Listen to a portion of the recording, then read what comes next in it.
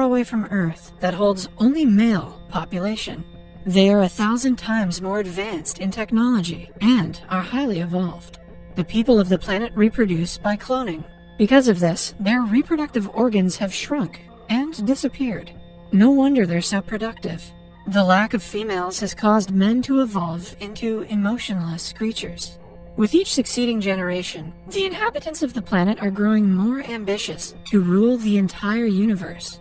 Currently, they are planning to take over the Earth. The ruler of the planet, Graydon, plans to breed a human-alien hybrid to use them for his own good.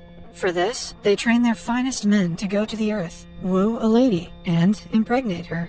In the training, they are taught how to flirt and have sexual intercourse. The leader stresses them to compliment a woman's scent and her shoes, which is sure to land them a date. After days of training, they choose the best flirt of their kind, H14496, for the mission to Earth. He is going to be known as Harold Anderson. The leader asks Harold to be careful, because no matter the training, a name like Harold is going to make this difficult. Also, the people on Earth are unpredictable. Before he sets off for Earth, they attach him with an artificial appendage that will help him have sexual intercourse. On Earth, an airplane is in the air, flying to Phoenix, Arizona.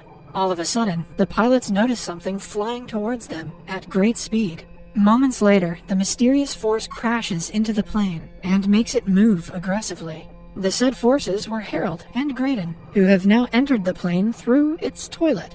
They make fun of Earth's backward technology and revise everything about the mission one last time. Graydon wishes Harold luck and flushes himself off the plane. Following that, Harold gets out and immediately starts to flirt with the air hostess. Most of the passengers are shaken by the turbulence they just faced, so the woman thinks it is weird that the man is hitting on her. Wow, Harold is more like human men than he knows. She angrily asks him to take a seat. Harold sits beside a crying woman who is clearly traumatized by the incident. He compliments her shoes and her smell, but he gets no positive response. He realizes that the mission is not going to be easy, but he is determined to get someone impregnated. After the plane has landed, an employee of the FAA, Roland Jones, is called to inspect the cause of the heavy turbulence. He has been working in the FAA for years and believes that all undefined activities that happen on the plane are either caused by a flock of birds or by a drunk crew. He is then handed a video that a passenger took when they hit turbulence.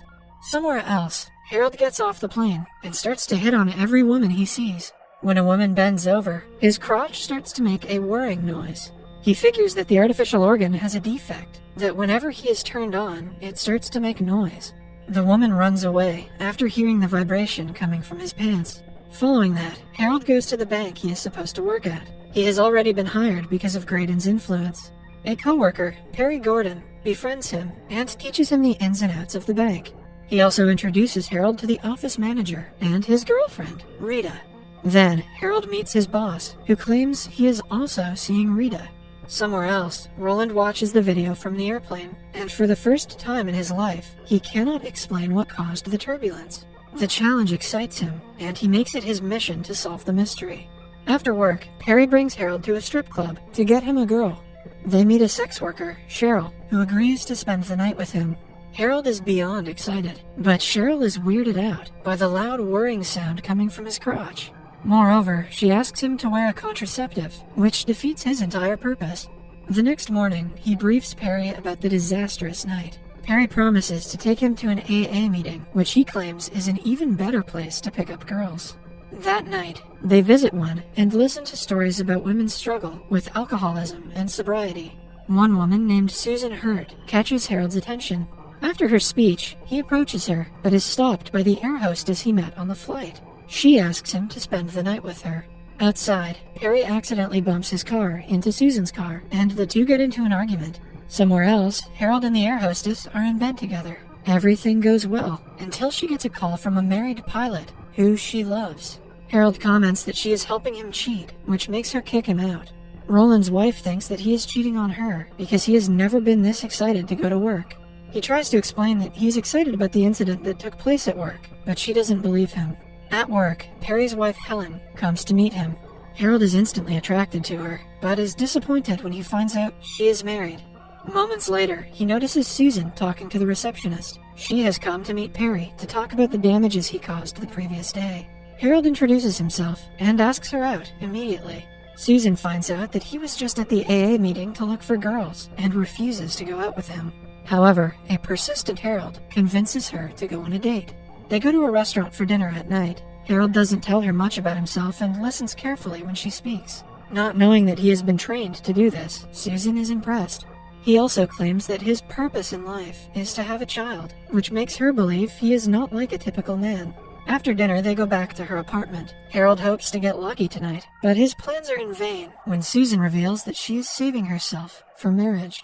He panics and runs to the washroom to call Graydon. The leader advises him to do whatever is necessary to impregnate her, even if it means marriage. Somewhere else, Roland interviews the cabin crew to try to solve the mystery. The air hostess tells him that all the passengers were panicking, except for Harold, who seemed rather calm. When he checks the passengers list, he discovers no one of that name was aboard the flight. The air hostess reveals that she went on a date with Harold, and also tells him about the strange humming noise that his crotch made when they were together. The man now has all the reasons to believe that the unexplained turbulence was because of Harold and his vibrating crotch.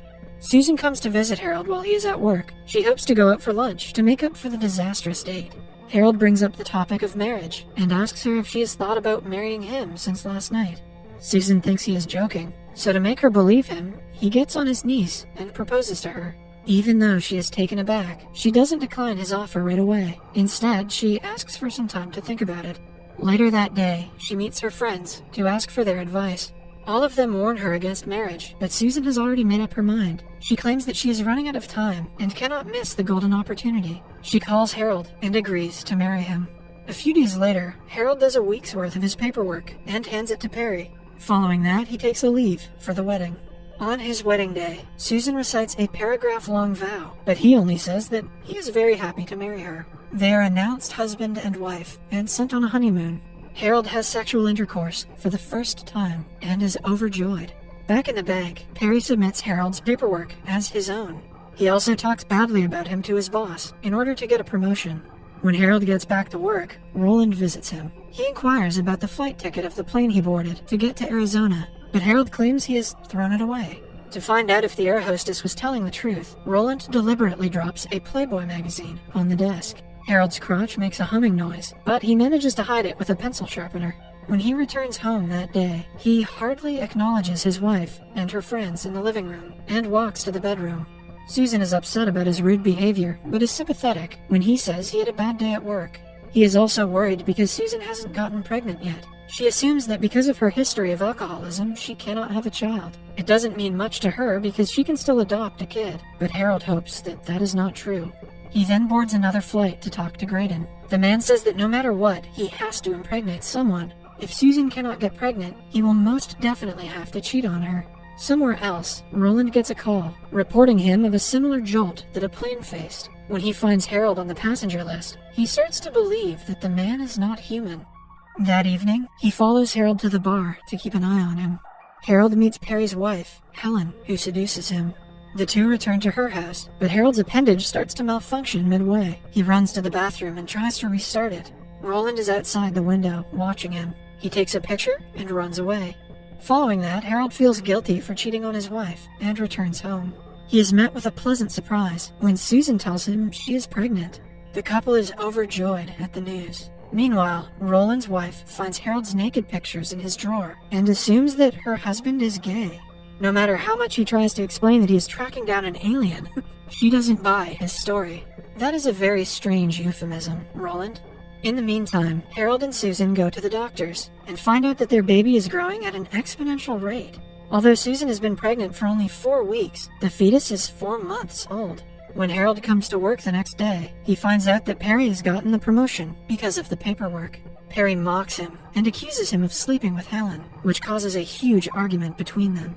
The fight ends when Harold punches him in the face. At home, he tells Susan about the incident and cries for the first time. Meanwhile, Roland tells his superiors about his theory. They don't believe him fully, but permit him to investigate the situation further. After only 3 months of pregnancy, Susan goes into labor. Harold drives her to the hospital, and she gives birth to a healthy baby boy.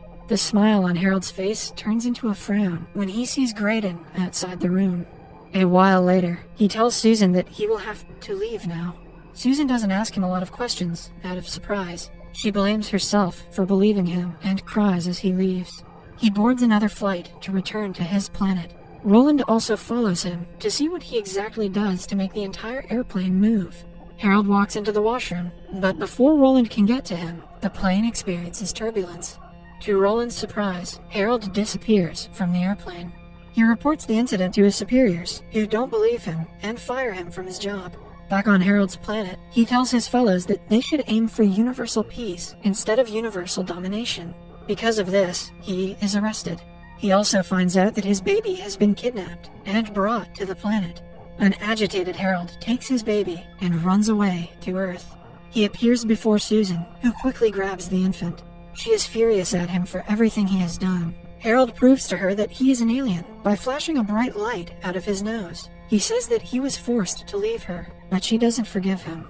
When he goes outside, Roland catches him. However, the man has already been fired, so he doesn't care about Harold's secret. As they talk, Graydon appears and points a gun at them, but Roland shoots him dead. Moments later, Susan runs outside and says that she loves him. The two reconcile and share a passionate kiss. In the following scene, the couple is renewing their vows in a tower. After the ceremony, Harold tells her that he has been selected as the new leader of their planet. He plans to commute to stay closer to his family.